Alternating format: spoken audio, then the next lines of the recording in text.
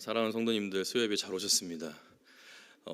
한 주를 이렇게 시작하고 그리고 이 중반쯤 되었을 때에 이 수요예배가 얼마나 귀한지 몰라요. 말씀을 다시 한번 듣게 하시고 그리고 결단하게 하시는 이 자리가 복된 줄로 믿습니다. 그래서 여러분, 말씀의 은혜를 받는 자리를 사모하며 나오면 하나님께서 그 은혜를 우리에게 갑절로 채워주실 줄로 믿습니다. 우리는 계속해서 여호수아 10장 그리고 이제 11장, 12장 계속해서 여호수아 본문을 나아갈 것입니다. 오늘은 실수에 대한 부분을 조금 얘기하고 싶은데요. 그리고 그 실수 가운데 이스라엘 백성들이 실수했던 부분들을 다시 한번 보면서 우리 삶 가운데 그러면 하나님께서 우리도 분명히 실수를 했고 실수를 했었을 텐데 그 가운데 하나님께서 우리를 어떻게 회복시키시고 또 은혜를 주시는지를 오늘 본문을 통해서 살펴보고 싶습니다. 실수는 사실 조심하지 않아서 생기는 삶의 문제거리들입니다. 그렇죠? 자신만만할 때 생기는 문제이기도 해요. 그래서 잘 나가다가 넘어지기도 하고 그리고 또 자신만만해서 또 실수하기도 합니다. 먼저는 자기 자신을 의지하고 과신하게 될 때 사실 실수를 많이 범하게 돼요. 근데 이것은 일상생활뿐만 아니라 신앙생활에도 마찬가지입니다. 당연히 실수하게 되면 넘어지고 또 아프죠. 저와 여러분들에게 주어진 그 삶의 자리에서 열심을 내야 되는 거 맞습니다. 사명을 잘 감당해 내실 거예요. 그럼에도 불구하고 우리는 우리의 지혜와 능력을 의지해서는 안 됩니다. 하나님께서 우리와 함께 하셔야 되고 그분께서 주시는 힘으로 감당해 내야 될 줄로 믿습니다. 죄의 성질은 하나님이 없이도 잘 살 수 있을 거라고 하는 자기 확신이에요. 그러다 보니까 인생이 편안하고 어려움이 없고 그리고 염려와 근심이 없으면 좋겠지만 현실은 그렇지가 않죠. 그렇기 때문에 현실 속에서 하나님 없이도 잘 살아갈 수 있을 거라고 여기는 것은 실제로 어리석은 거고 또 무지한 거예요. 근데 이러한 영적인 실수들이 다만 죄악된 삶을 통해서만 오는 건 아닙니다. 우리가 실수를 하게 되는 또 두 번째 이유는 뭐냐면은 영적인 승리의 경험 또는 지금 영적인 삶에 안주할 때 우리는 실수를 하게 돼요. 그러니까 여리고를 쳐들어갔던 여호수아와 그 백성들, 그들이 그 땅에서 그 성에서 어떻게 이겼습니까, 여러분? 칼 한 번 뽑지 않았습니다. 그렇죠? 여리고 성을 7바퀴 돌았어요. 매일 한 바퀴씩, 마지막 날에 7바퀴. 그리고 함성 한 번 지르고 그 성이 무너졌습니다. 엄청난 경험을 했어요, 여러분. 그 철옹성 같은 그 성이 무너졌습니다. 두 번째 전투는 아이성이었는데 이 아이성 그 이름 그대로 굉장히 작은 성이에요. 사실 아간의 범죄로 인해서 그들이 실패했다라고 성경이 또한 기록하지만 여호수아서 7장 3절에서는 또 이렇게도 기록을 하고 있거든요. 함께 읽어볼까요? 7장 3절입니다.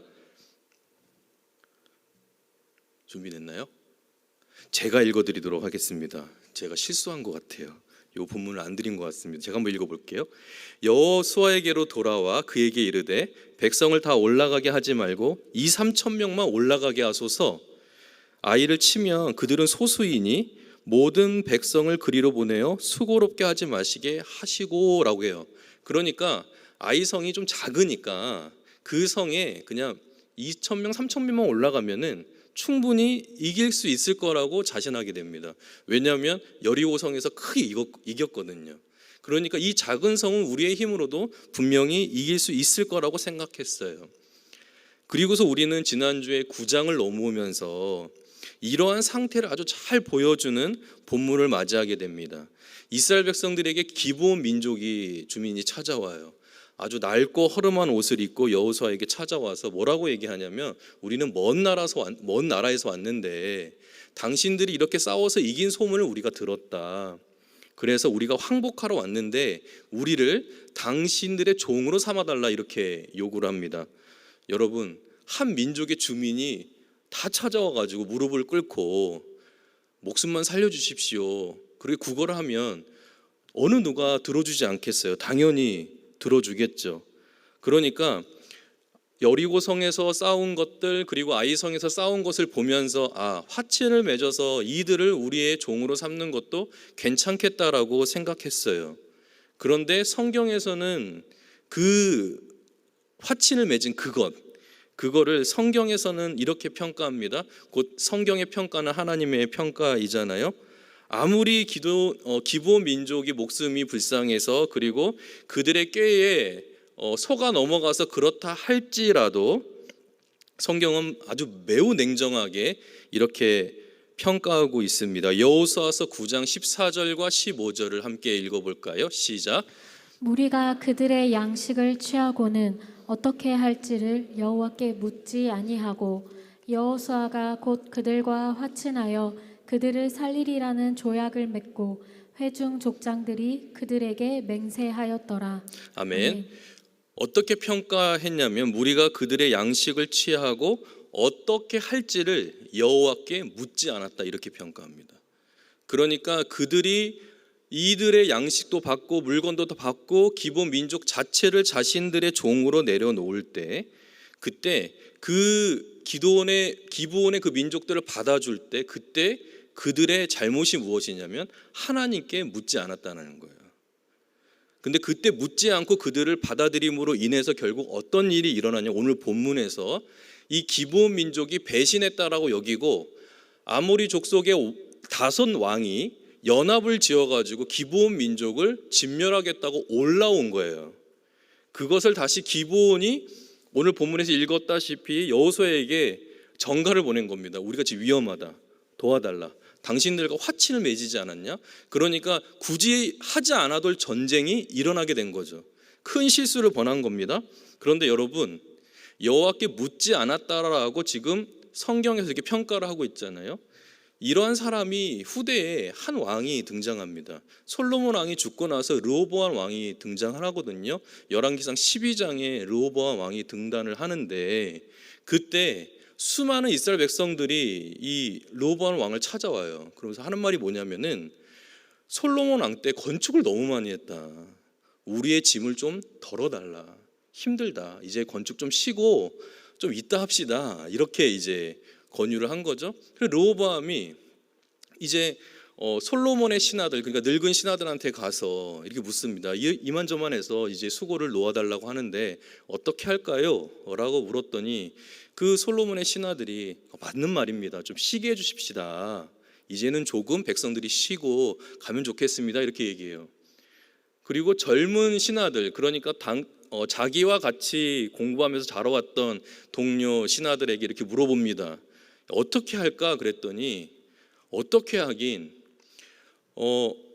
솔로몬 왕이 그 매에 대한 매 채찍으로 그들을 대했다면 르호보암 왕이시여 당신은 정갈 채찍으로 하십시오. 그러니까 더 가혹하게 백성들을 일으켜서 그 성전과 그리고 여러 건물들을 짓는 것에 백성들 계속 속된 말로 부려먹어야 됩니다. 이렇게 얘기한 거예요. 그래서 이 르호보암 왕이 어떻게 했냐면 늙은 신하들의 조언을 버리고 자기가 같이 공부했던 신하들의 말을 듣고 그렇게 말을 하게 됩니다. 여러분, 그리고 나서 10지파와 2지파로 분열이 일어나게 된 계기가 된 거예요. 근데 여기서 중요한 문제가 있어요, 여러분.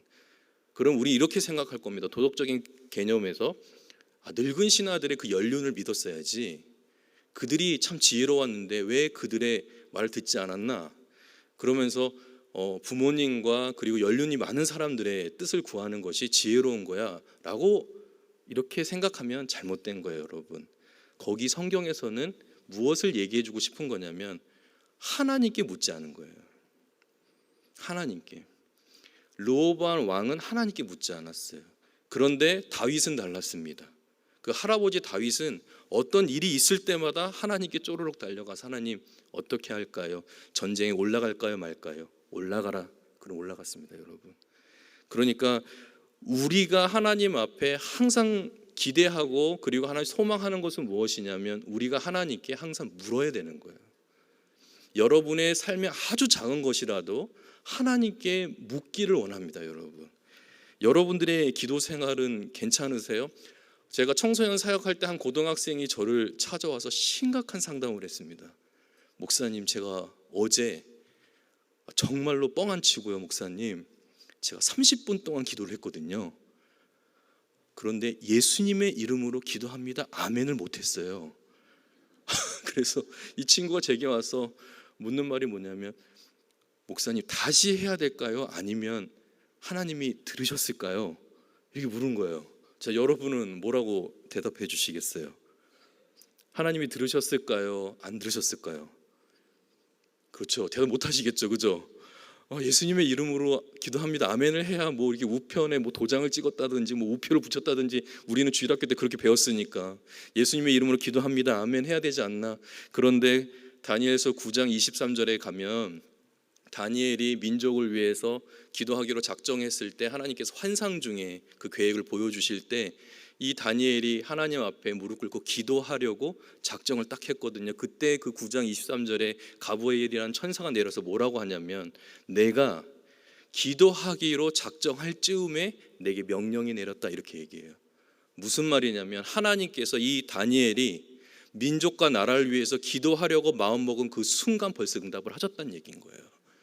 여러분, 그래서 기도라는 것은 무엇이냐면 하나님 앞에 대표 기도처럼 하는 게 아니에요. 여러분들이 집에 돌아가셔서 갑자기 거룩하신 하나님 아버지 감사합니다 이렇게 하지 마세요. 여러분, 그거는 공적인 예배니까.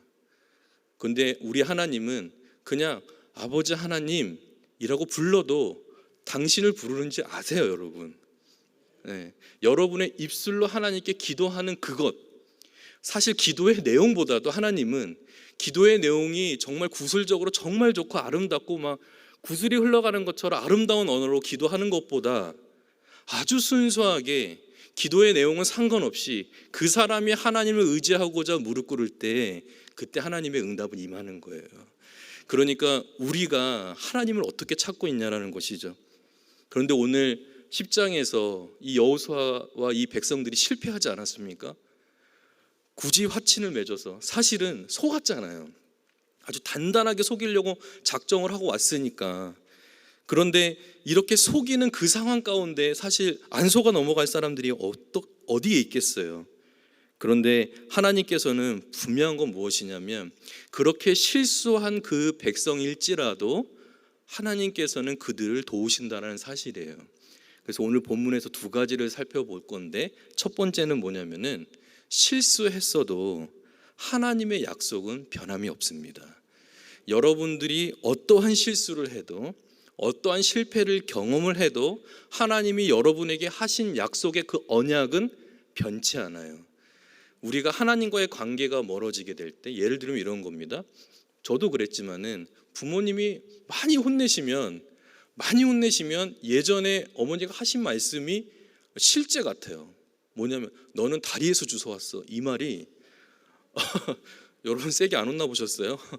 정말 세게 혼나면 나 진짜 다리에서 주워왔나 보다, 진짜 맞나 보다, 어떻게 당신 배가 아파서 낳은 자식인데 이렇게 혼낼 수가 있나, 나 진짜 주워온 거 맞다.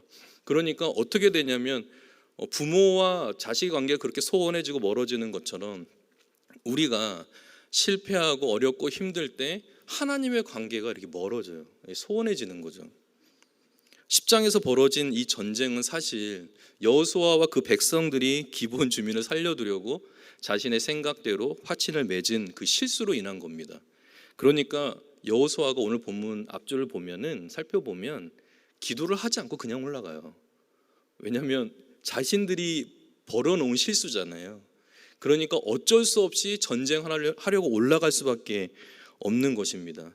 그런데 여러분, 하나님께서는 이 여호수아를 그냥 돌려보내지 않으세요. 실제로 사실 우리에게 오는 모든 나쁜 것들은 어떻게 보면 하나님께로부터 온 것들이 아니에요. 우리의 무지함과 주의 깊지 못한 신앙의 태도들 때문에, 또는 이 세상의 문화가 너무나도 악하고 이 세상이 죄악되었기 때문에 정말 하나님과 상관없이 살아가는 이 세상에 우리가 살아갈 때 어려움과 힘듦은 당연히 찾아오는 거죠. 그런데 여러분, 그 가운데서 우리가 실수하고 실패하고 넘어졌을지라도 우리는 실망할 필요가 없어요. 세상은 우리에게 그렇게 얘기할 겁니다. 네가 실수한 거잖아, 그러니까 너가 책임져야지. 너가 실패한 거잖아, 그러니까 너 스스로 일어나야지. 이렇게 꾸짖을 거예요. 그러나 하나님은 그렇게 하지 않으세요.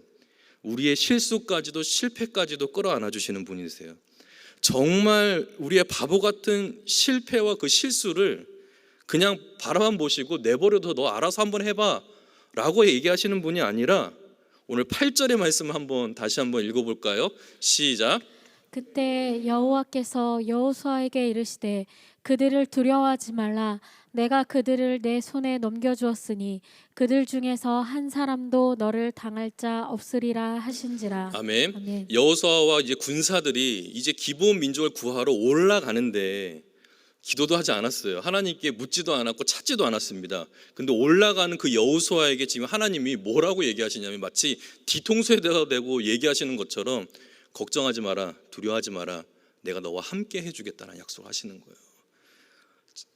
여호수아와 백성들이 실수하고 저지른 일인데 하나님께서 도와주시겠다고 먼저 약속하시고 우리와 함께 하시겠다라고 언약을 다시 한번 기억하게 해주시는 거죠. 그러니까 이 여호수아와 군사들에게는 얼마나 큰 힘이 됐을까요? 여러분, 그런데 오늘 하나님께서 이렇게 오늘 8절의 말씀처럼 그렇게 실수하고 실패한 자에게 내가 너와 함께 해주겠다, 내가 너와 동행해 주겠다, 그리고 한 사람도 너희들 당할 자가 없도록 내가 세워주겠다, 힘을 주겠다라고 하는 이 약속은 사실 신명기 20장 4절에 이미 벌써부터 약속을 해놓으신 언약이에요. 한번 볼까요? 같이 읽어봅니다. 시작. 너희가 하나님 여호와는 너희와 함께 행하시며 너희를 위하여 너희 적군과 싸우시고 구원하실 것이라 할 것이며. 아멘. 그러니까 이 신명기 20장의 내용은 뭐냐면, 그 적군과 싸울 때 내가 너희들과 어떻게 행하겠다라고 하는 그 말씀인데, 그 중에 4절에서 내가 너희와 함께 행할 거고 너희 적군과 내가 함께 싸워줄 거고 그 싸움에서 너희를 건져주리라고 이미 약속을 하신 거예요, 여러분. 그러니까 하나님께서는 지금 여호수아의 이 실패와 이 실수가 불쌍해서 도와주시는 게 아니에요. 하나님께서 이미 약속하신 언약이기 때문에 그래요. 여러분을 하나님이 도와주시는 이유는 무엇이냐면 여러분들이 불쌍해서가 아닙니다.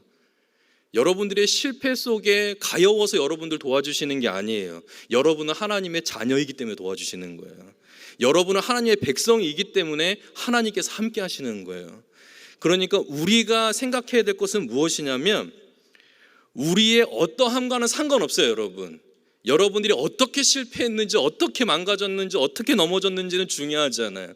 중요한 건 뭐냐면 여러분은 여전히 하나님의 자녀라는 사실이에요. 하나님의 백성이라는 사실이에요. 그러니까 실패하고 넘어지고 실수했을지라도 하나님께서 당신의 언약을 신실하게 이행하고 계시다는 거예요, 여러분. 그러니까 실수했다고 또 내 인생 실패한 것 같다고 낭망하지 말고 하나님의 신실하심을 믿는 성도들이 되시기를 축복합니다. 그 가운데 하나님께서 우리에게 주시는 은혜가 있어요. 실패를 바라보지 마세요. 그러니까 나의 이 어떠함을 바라보지 마세요. 하나님의 하나님 되심을 바라보는 거죠. 그분이 역사하시는 거예요. 두 번째는 무엇이냐면, 하나님은 우리의 상식을 뛰어넘어서 일하시는 분이세요, 여러분. 하나님은 우리의 이성과 상식을 뛰어넘으세요. 우리 11절과 12절, 13절까지 읽는데 조금 길지만 그래도 하나님께서 어떻게 상식을 뛰어넘으시는지 한번 읽어보도록 하겠습니다. 제가 11절을 읽을 테니까 여러분들이 11절, 12절을 읽어보세요. 그들이 이스라엘 앞에서 도망하여 베토론 비탈에서 내려갈 때에 여호와께서 하늘에서 큰 우박덩이를 아세가에 이르기까지 내리시매 그들이 죽었으니 이스라엘 자손의 칼에 죽은 자보다 우박에 죽은 자가 더 많았더라. 여호와께서 아모리 사람을 이스라엘 자손에게 넘겨주시던 날에 여호수아가 여호와께 아뢰어 이스라엘의 목전에서 이르되 태양아 너는 기브온 위에 머무르라 달아 너도 아얄록 부자기에서 그리할지어다 하매. 13절 함께 읽어볼까요? 태양이 머물고 달이 멈추기를 백성이 그 대적에게 원수를 갚기까지 하였느니라. 아멘. 하나님이 이 백성들을 도우시고 이 전쟁에서 승리케 하시기 위해서 지금 무엇을 사용하시고 있냐면 당신이 창조하신 이 만물을 뒤흔들고 계시는 거예요, 여러분. 그들이 칼로 죽인 자보다 하늘에서 우박이 떨어진 것으로 죽은 자가 더 많았다라고 표현해요. 그러니까 하나님이 죽이신 자들이 더 많았다. 심지어 이 여호수아가 아직 전쟁이 깊고 아직 전쟁이 끝이 멀었는데 해가 지면 안 되니까 태양을 머물게 해주십시오, 달도 머물게 해주십시오 라고 기도할 때 하나님이 이 태양과 이 달을 멈추시고 전쟁에서 이길 때까지 하나님이 그리하셨다라는 거예요. 여러분, 그렇기 때문에 우리 하나님의 도우심은 우리의 이성과 상식을 뛰어넘으시는 거예요. 그렇기 때문에 우리는 하나님의 이 전지전능하심, 그러니까 하나님께서 우리 가운데 역사하실 때 하나님께서는 단순하게 자신의 능력을 바라셔서 세계의 모든 창조 세계를 뒤흔들어서 우리를 건져주실 뿐만 아니라 자기의 실수도 아니고 자신의 실패도 아닌데 자기 백성을 부끄럽지 않게 하시기 위해서 이 자연세계라도 뒤흔들어서 자신을 아끼고 그리고 자신이 아끼시고 사랑하시는 그의 백성들을 구원해 주시는 거예요. 그런데 이 세상에서는 과학적 사고방식이 가장 합리적인 사고방식이라고 여겨요. 여러분, 이걸 조금 어려운 말로 배타적 합리성이라고 하거든요. 좀 잘난 척을 해봤습니다. 과학적 사고방식이라고 하는데, 과학만이 실제와 사실의 기준이고 그리고 경험적 관찰이 확실히 증명할 수 없는 것은 무엇이라도 믿지 않는 거예요. 무슨 말이냐면 내 눈과 내 오감으로 파악하고 볼 수 있고 만질 수 있고 경험할 수 있는 것 외에는 없다라고 주장하는 거예요. 여러분. 그런데 여러분, 참 신기한 게도 우리 인간은 그렇지 않습니다. 과학은 분명히 1 더하기 1은 2야 이렇게 얘기하는 건데 우리는 그렇게 믿지 않아요. 왜 그러냐면 열심히 공부하지 않았는데 좋은 성적과 결과를 기대하죠. 그죠? 이건 기적을 바라는 거예요. 여러분. 그죠? 또한 매일 군것질을 하는데 건강하기를 바라는 거예요. 심지어 내게 일어날 수 없는 일과 기적들을 바라는 거예요. 여러분, 이거는 과학적 사고방식이 아닙니다. 무슨 말이냐면 내 이성과 그리고 내가 경험할 수 있는 모든 상식을 뛰어넘지 않으면 일어나는 일이 아니죠. 이런 과학적 사고방식을 하고 있는 이 현대인들은 하나님을 부정합니다. 왜요? 하나님 볼 수 없잖아요. 만질 수도 없습니다. 들을 수도 없어요. 그래서 하나님의 섭리도 믿지 않습니다. 이성과 경험으로 파악되지 않는 모든 것은 부인하죠. 심신이 미약한 자들만이 종교를 갖는다고 생각하고 예수를 믿는다라고 생각해요. 정신이 약하고 마음이 약한 사람만 교회 다닌다고 생각해요. 제 딸이 어릴 때 좀 아파가지고 병원에 좀 입원할 때가 있었습니다. 병간호를 할 때인데 쓰레기를 버리고 간호사실을 이렇게 지나가고 있었어요. 근데 간호사분이 이렇게 하는 말이 들리는 거예요. 환자분, 좀 진정 좀 하세요. 혈압이 높으면 마취도 못하고 수술실도 못 들어가요. 이렇게 해서 이제 막 짜증조가 막 나온 거예요. 무슨 일인가 해가지고 그 커튼 너머로 이렇게 슬쩍 이렇게 봤거든요. 근데 깍두기 아저씨가, 느낌 안 오세요? 머리를 깍두기 머리 하신 그 문신하신 이 등치 큰 아저씨가 누워가지고 수술을 받으려고 마취를 해야 되는데 이게 겁이 나니까 혈압이 너무 높이 올라가가지고 주사를 못 넣는 거예요. 이만한 팔뚝에 이 주사를 못 넣는 거예요. 그래 거기서 야, 참 웃기다 이거, 아이러니하다.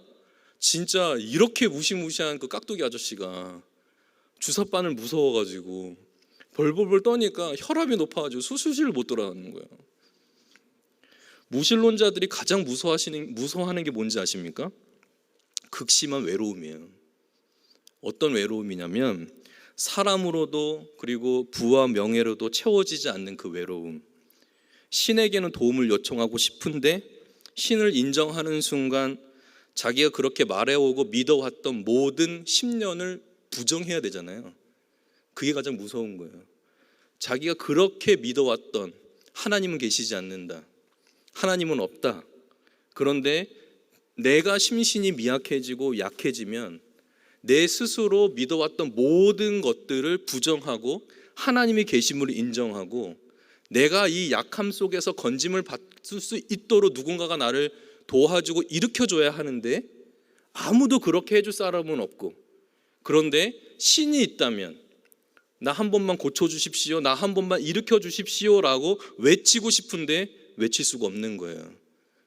그래서 무신론자들은 자기의 신념으로 죽는 겁니다. 그런데 여러분 요셉을 보십시오. 요셉의 인생을 보면 절망 그 자체 아니에요? 실패한 인생이죠. 사람들은 이렇게 물을 거예요. 믿지 않는 사람들이 이렇게 얘기하지 않겠어요? 뭔가 정신적으로 문제가 있겠지.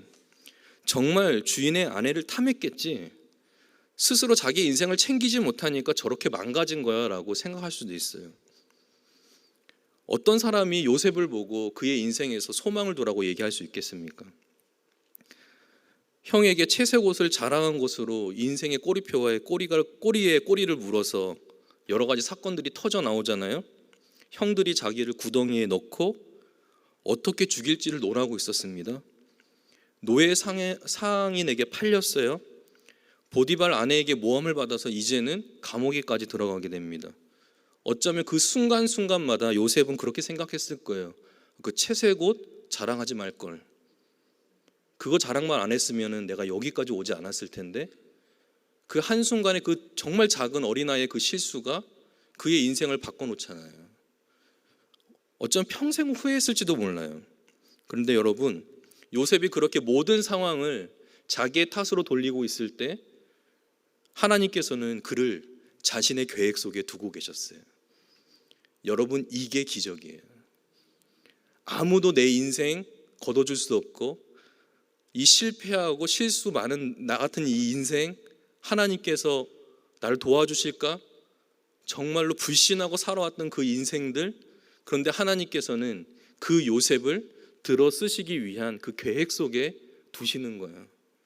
그렇기 때문에 여러분, 하나님을 신뢰하지 못해서 벌어진 그 실수와 실패들, 너무 나를 자신해서 넘어졌던 그 많은 일들, 그런데 그렇게 어렵고 힘들게 무너진 인생일지라도 여러분, 지금 하나님은 여러분들을 위해서 일하고 계시고 또한 기적을 준비하고 계십니다. 하나님께서는 여러분들을 도우실 때 그냥 말로 도우시는 분이 아니에요. 우박을 내리시고 태양과 달을 멈추시는 분이에요. 이 세상에 있는 모든 만물을 태워서라도 여러분들을 건지실 분이에요. 심지어 자신의 아들까지 내어주어서 여러분들을 건지신 분이 바로 하나님이세요. 그게 우리가 믿는 하나님이에요. 그렇기 때문에 여러분들은 그만큼의 존귀한 자들이에요. 그러니까 나의 실수와 나의 실패한 인생에 머물러 있지 마세요. 그건 하나님이 원하시는 게 아니에요. 여러분들을 구원하시고 새롭게 하시고 새 생명을 주신 이유는 하나님 앞에서 기쁨으로 살아가라고 주신 생명이에요. 이 세상이 힘들 때 그 환경 바라보지 마세요. 여러분, 그 상황 바라보지 마세요. 그거 아무것도 아니에요. 여러분, 우리가 바라봐야 할 것은 이 세상을 뒤흔들어서라도 우리를 건지시고 보호하시려고 하는 그 하나님, 이 아픈 인생 그럼에도 불구하고 들어서 쓰시려고 하는 그 하나님을 바라봐야 하는 것이죠. 한 선교사님의 간증이에요. 한 종종 마을에 구호 물품과 교회를 수리하고 하려고 하는 그 물자들을 가지고 들어가고 계셨어요. 근데 전날에 비가 너무 많이 와가지고 그 오지를 들어가는데 다 진흙탕 길인 거야. 바퀴도 굴러가기 힘들고 아무리 찌푸차라고 해도 이거는 너무너무 힘들게 하루가 더 걸려서 그 마을에 도착했어요. 한참 들어가다가 이제 당시에 새로 지은 이 강을 넘는 다리만 딱 건너면 마을이거든요. 그래서 이 강 위에 놓여져 있는 다리를 건너가지고 그 마을로 이게 툭 들어갔어요. 그랬더니 그 주민들이 한 명도 나오질 않는 거예요. 예전 같았으면 찌푸차에 빵빵 이 소리만 들으면 어린아이부터 어른까지 다 나와서 환대해 줬을 텐데 주민이 한 명도 없는 거예요. 너무 겁이 나서 급히 그 마을 중앙에 있는 교회로 뛰어갔어요. 뛰어가서 문을 탁 열었더니 그 마을 추장하고 그 주민들이 아이들까지 다 모여가지고 하나님께 부르짖으면서 기도하고 있는 거예요. 그런데 거기에 선교사님과 선교사님들이 일행이 딱 오니까 이분들이 너무 황당해하는 거예요. 어떻게 왔냐는 거, 어떻게? 무슨 일이라고 했더니 추장이 하는 말이 뭐냐면은 어제 비가 너무 많이 와가지고 도저히 내일 못 오신다. 심지어 어제 저녁에 새벽에는 강물이 넘쳐가지고 다리가 무너졌다는 거예요. 여러분들 지금 안 놀라세요? 다리가 무너졌다는 거예요. 그래서 그 마을 들어오는 다리로 다시 가봤어요. 다리가 없는 거예요. 근데 아까 어떻게 왔다고요? 다리를 건너서 들어왔어요. 저도 사실 믿진 않았어요. 아 진짜요? 선교사님 진짜요? 그랬더니 진짜라는 거예요. 원래는 상류로 돌아서 오면 일주일이 넘게 오는데 구호품이 늦게 들어오면 이 아픈 아이들이 어려워질 것 같아서 너무너무 힘들어서 이 주민들이 모여서 기도하고 있었다는 거예요. 놀라운 기적을 하나님이 주시는 거예요. 오늘날에도 이런 기적은 일어나요, 여러분. 하나님께서 일하실 때는 우리의 생각과 이성과 경험을 뛰어넘는 일들을 우리에게 보여주세요. 그러니까 우리는 하나님을 믿을 때 이런 일이 일어나겠어? 이게 내 인생을 바꿔놓을 수 있겠어? 이게 과연 가능해? 라고 하는 게 사실 믿음 없는 거예요, 여러분. 하나님께서는 이 자연세계를 흔들어서라도 여러분들을 도우시는 분이십니다. 그러니까 여러분들이 지금 처해 있는 환경과 상황 때문에 낭망하지 마세요. 하나님을 믿으십시오. 어차피 환경은 우리 편이 아니에요, 여러분. 여러분의 편을 들어서 좋은 환경은 오지 않아요. 그러니까 막연한 긍정적인 마음에 기대지 마세요. 뭔가 잘 되겠지, 뭐 좋은 일이 생기겠지, 그런 걸로 믿지 마세요. 그거는 믿음이 아니에요, 여러분. 우리의 믿음은 뭐냐면 신실하신 하나님을 믿는 거예요. 당연한 기대, 막연한 어떤 긍정적인 마음, 그거 믿음 아니에요, 여러분. 오직 하나님만 믿는 믿음으로 오늘 이 자리에 서는 거예요. 그래서 그분이 오늘도 여러분들을 위해 이 세상을 흔드실 거예요. 그러니까 기억하십시오. 아무리 실수하고 실패한 인생이라도 하나님께 기도하고 나아가십시오. 하나님이 여러분들을 향한 그 언약과 약속은 반드시 지키시는 신실하신 분이십니다. 또한 하나님만을 믿으십시오.